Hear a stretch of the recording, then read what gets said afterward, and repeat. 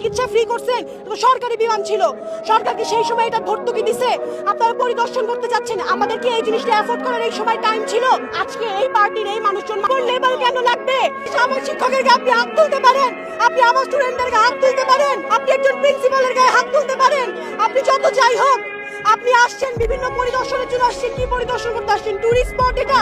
আপনি একজন ইনফ্লুয়েন্সিয়াল ব্যক্তি, আপনি জানেন আপনি এখানে আসলে আপনি সেন্টার অফ অ্যাটেনশন হবেন। আপনার কাছে পাওয়ার আছে, আপনি ভালো কাজে লাগান। আপনি ঢাকা শহরের প্রতিটা হাসপাতালকে বলছেন অ্যাম্বুলেন্স এখানে পাঠায় দেয়। সেটা যদি হয়তো টেম্পুতে করে, অটোতে করে, লেগুনায় করে বাচ্চাদের লাশগুলো নিয়ে যাইতে হয়তো হাসপাতালে, যদি পর্যাপ্ত অ্যাম্বুলেন্স থাকতো। আপনি জানেন আপনার কাছে পাওয়ার আছে। আপনি যদি ক্রাউড কন্ট্রোলের কাজে যে 32 জন, 30 জন, 50 জন মানুষ নিয়ে আপনি পরিদর্শন করতে আসছেন, এগুলোকে যদি আপনি ক্রাউড কন্ট্রোলের কাজে লাগাইতেন, এই যে ক্রাউড কন্ট্রোলের জন্য অ্যাম্বুলেন্স গুলো পৌঁছাইতে পারে নাই, এই জিনিসকে হয়তো। আর এটা তো কমার্শিয়াল পাইলট ছিল না, তো কমার্শিয়াল বিমান ছিল না, তো সরকারি বিমান ছিল। আপনি বার্ন ইউনিটের প্রতিটা চিকিৎসাকে ফ্রি করছেন।